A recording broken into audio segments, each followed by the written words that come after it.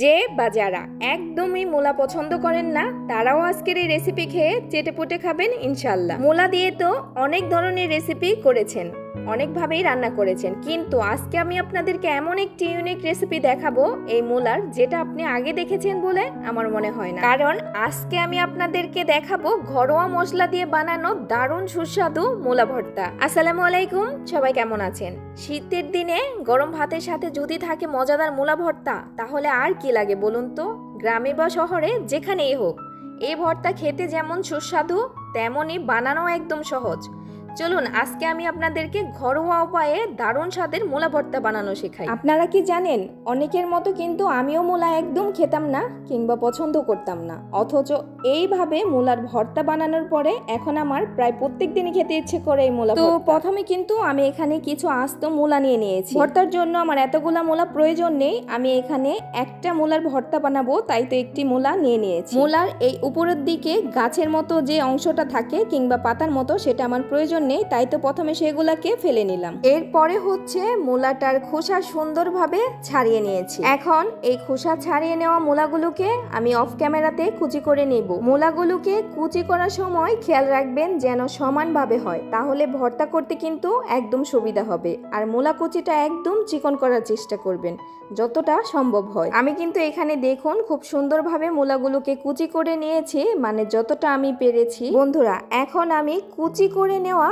মূলাগুলোকে পানি দিয়ে ভালোভাবে ধুয়ে নেব। পানি দিয়ে ধোয়ার ফলে কিন্তু মূলার ভেতরে থাকা কষটা বেরিয়ে যাবে। সব সবজির মধ্যে কিন্তু কষ থাকে কম বেশি, তাই তো এখানে বাটির মধ্যে আমি কিছুটা পানি নিয়ে নিয়েছি আর পানির মধ্যে দিয়ে দিলাম কুচি করে রাখা মূলাগুলোকে। আর এই মূলাগুলোকে এখন এই পানিগুলো দিয়ে ভালোভাবে ধুয়ে নেব। ধোয়ার পর হাত দিয়ে আস্তে আস্তে চিপে বাড়তি পানি বের করে নেব।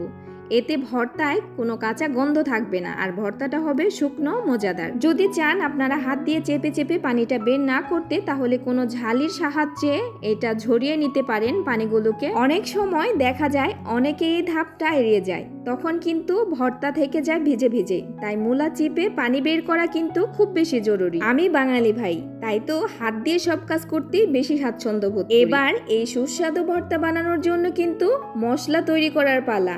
আমি কিছু পেঁয়াজ কুচি করে নিয়েছি, সাথে ধনেপাতা কুচি করে নিলাম, আর এই দুটোই ভর্তার স্বাদ বাড়াবে। শুকনা মরিচ লাল করে ভেজে নিয়েছি। মরিচ ভাজার সময় যে ঘ্রাণটা বের হয় সেটা ভর্তায় গেলে স্বাদ একেবারে অন্যরকম হয়ে যায়। বন্ধুরা, আজকের এই মূলা ভর্তার আসল টুইস্ট হচ্ছে টাকি মাছ। আগে থেকে টাকি মাছ ভেজে রেখেছি, ভাজা হলে মাছটা বেশ মচমচে আর ঘ্রাণযুক্ত। মাছ ভেজে নেওয়ার পরে ঠান্ডা হলে কাঁটাটা ছাড়িয়ে নিলাম, যাতে ভর্তা খাওয়ার সময় কোনো সমস্যা না হয়। এই টাকি মাছ মূলায় ভর্তায় দিলে কিন্তু স্বাদ দ্বিগুণ হয়ে যাবে। টাকি মাছটাই যে শুধু ব্যবহার করতে হবে এমন কিন্তু কোনো কথা নেই, আপনারা যে কোনো মাছ এই মূলা ভর্তাতে ব্যবহার করতে পারেন।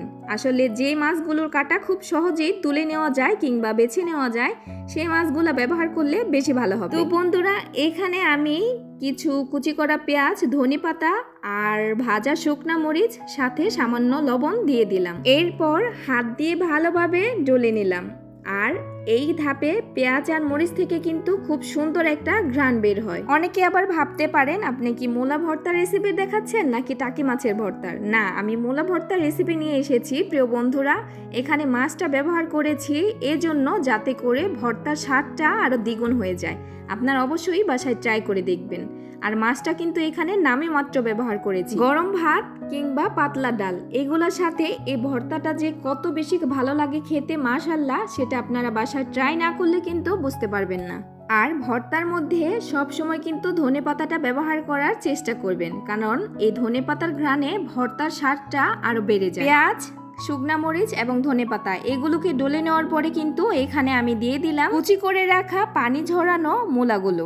আর এখন কিন্তু আমি পেঁয়াজ, মরিচ, ধনেপাতা যে ডলে নিয়েছি সেইখানে ওগুলোর সাথে এই কুচি করে রাখা মূলগুলোকে হাতের সাহায্যে আস্তে আস্তে মিশিয়ে নিচ্ছি। এইটা একটু সময় নিয়ে মেশাবেন, কারণ যত ভালো করে মেশাবেন ভর্তার স্বাদ ততই আসল হবে। তো বন্ধুরা, আপনাদের নিকট একটি প্রশ্ন, আপনারা কি কখনো এইভাবে মূলার ভর্তা করে খেয়েছেন? যদি খেয়ে থাকেন অবশ্যই কিন্তু কমেন্ট বক্সে আমাকে কমেন্ট করে জানাবেন। আর সব শেষে এখন দিয়ে দিব এখানে কাটা ছাড়ানো ভাজা টাকি মাছ। মাছটা মূলা, পেঁয়াজ, মরিচের সাথে মিশে একেবারে অসাধারণ একটা ঘ্রাণ বের করছে।